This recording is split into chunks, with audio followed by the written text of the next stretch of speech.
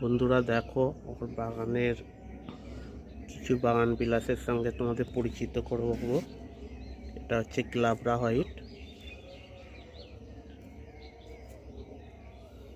এরপরে এই গাছটি হচ্ছে লেডি মামা। খুব সুন্দর একটি আইডি। দেখো, ফুল আসছে, তবেতেই বার্ডস আসছে আস্তে আস্তে গাছগুলো আমি পরিচর্যা বলতে এগুলোতে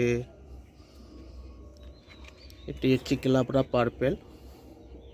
দেখো, ফুল হয়ে যাওয়ার পর ফুল কেটে দিয়েছিলাম, তারপর আবার ফুল আসছে।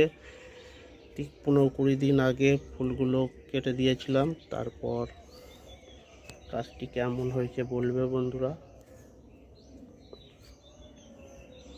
এটি ক্যালিফোর্নিয়া গোল্ড এবং সুগ্রার সাথে গ্রাফটিং করা আছে গাছটি।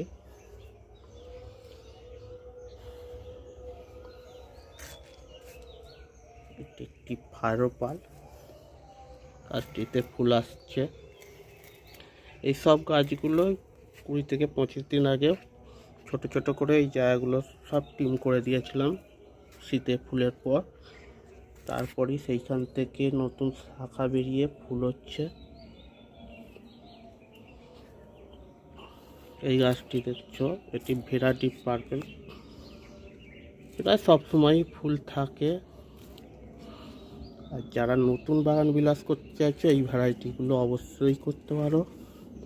এটি ভিএফ রুবি, খুব সুন্দর একটি ভ্যারাইটি। দেখতে পাচ্ছ কিভাবে ফুল আসছে।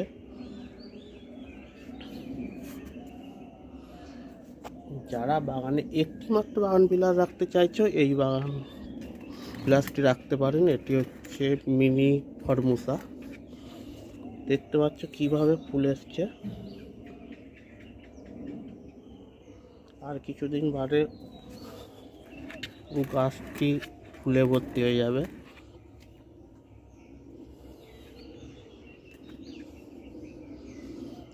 দেখো বন্ধুরা, এইচবি সিং